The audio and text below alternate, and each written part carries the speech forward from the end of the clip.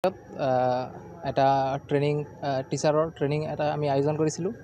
তো তাৰ লগতে সংগতি ৰাখি আমি আমাৰ আমাৰ বিদ্যালয়ৰ ছাত্ৰ ছাত্ৰীসকলে প্ৰস্তুত কৰা ৱাল মেগাজিন এটা উদ্বোধন কৰিলোঁ আৰু তাৰ নামটো আমি মানে ছাত্ৰ ছাত্ৰীসকলে তাৰ নামটো মায়াবিনী ৰাখিছে।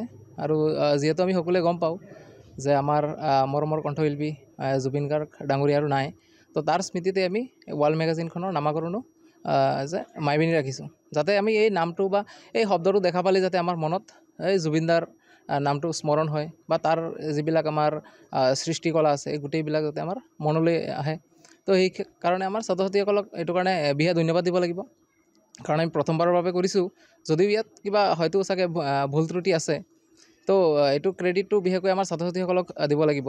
আৰু বিশেষকৈ আমাৰ যি সম্পাদিকাই আমাৰ বহুত কষ্ট কৰিছে। প্ৰায় আমি 4-5 দিনৰ অন্ততহে গোটেইখিনি কাম কৰি সমাপ্ত হৈছোঁ।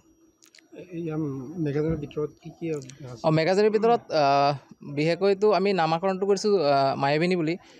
ইয়াত আমাৰ জুবিনদাৰ আমাৰ ফটো এটা আমাৰ ছাত্ৰ ছাত্ৰীসকলে অংকন কৰি দিছে। তাৰ লগত আছে আমাৰ জুবিনদাৰ মানে জীৱনীখিনি আছে তাত।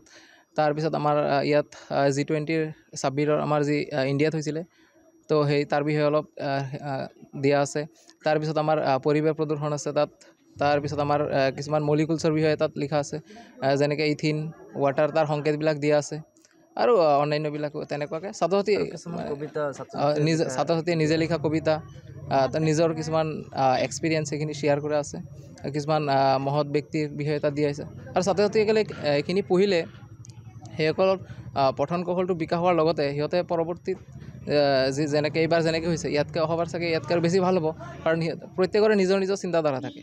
তো সেই চিন্তাধাৰাখিনি আমি যিকোনো এটা মাধ্যম দিব লাগে যাতে তাত ফুটি আহে। তো প্ৰত্যেকখন স্কুলত এনেকুৱা এটা ৱাল মেগাজিন থকাটো মানে অত্যন্ত দৰকাৰ, আৰু তাত ছাত্ৰ ছাত্ৰীসকলৰ নিজৰ চিন্তাধাৰাখিনি লুকাই থাকে।